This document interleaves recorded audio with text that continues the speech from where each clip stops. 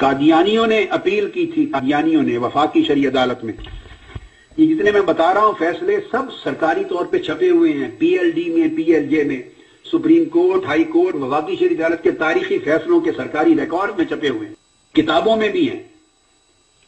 1984 میں وفاقی شرعی عدالت میں قادیانیوں نے اپیل دائر کی کہ ہمیں ہماری عبادت گاہوں کا نام مسجد رکھنے سے روکا جا رہا ہے، ہمیں کلمہ پڑھنے سے روکا جا رہا ہے، اذان سے روکا جا رہا ہے، وغیرہ وغیرہ. جو شاعر اسلام تھے ان کے استعمال کی اجازت دی جائے. ہم غیر مسلم ہیں، ہمیں ڈکلیئر کر دیا مائنورٹی، ٹھیک ہے، درست ہے، لیکن بطور غیر مسلم اقلیت ہمیں مذہبی آزادی دی جائے. اس میں مداخلت کیوں کی جا رہی ہے؟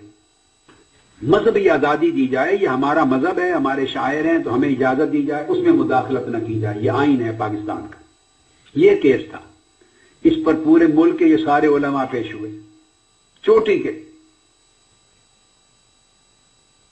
جب یہ پیش ہوئے پوری سماعت ہو چکی تو میں اللہ کو گواہ بنا کر بتا رہا ہوں، لا الہ الا اللہ محمد رسول اللہ، یہ سارے شکست کھا گئے.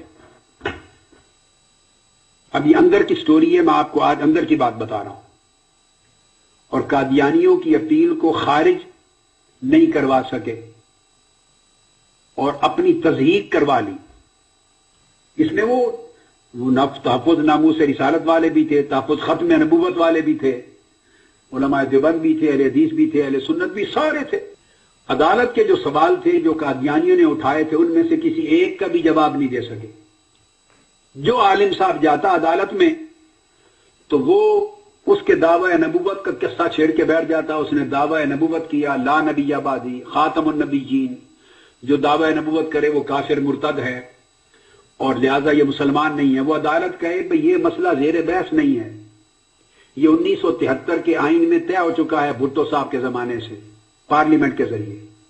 یہ غیر مسلم اقلیت ہو گئے ہیں.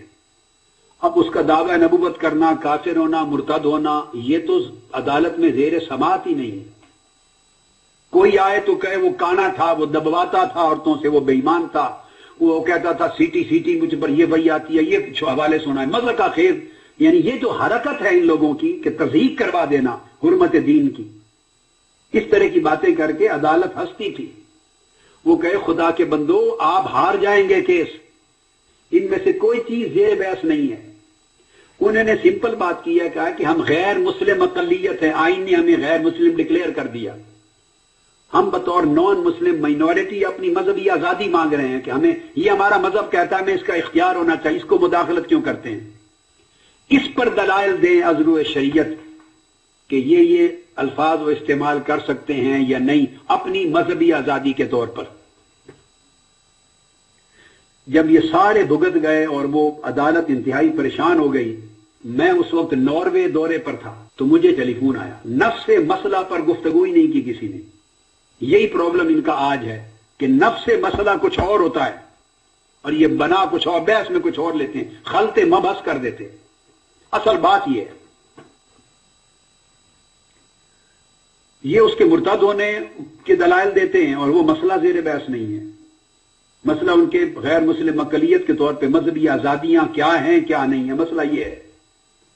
چنانچہ ڈیٹ فکس ہوئی ان کے ساتھ، میں نے اپنا دورہ منسوخ کیا، بقایا واپس آنے کا کہا. انہوں نے میری واپسی کے، میں نے کہا 3 دن دے دیں تاکہ میں اسٹڈی کر لوں. اب یہ سارا ملک گواہ ہے، کراچی سے پشاور تک کر لاہور کے سب علماء گواہ ہیں. ہائی کورٹ کی بلڈنگ تھی، 6 گھنٹے دلائل ہوئے میرے، 6 کے 7 گھنٹے اسپیکر لگا ہوا تھا. اس ایک دن کے 6 گھنٹے کے دلائل سے قادیانیوں کی اپیل خارج کر دی گئی.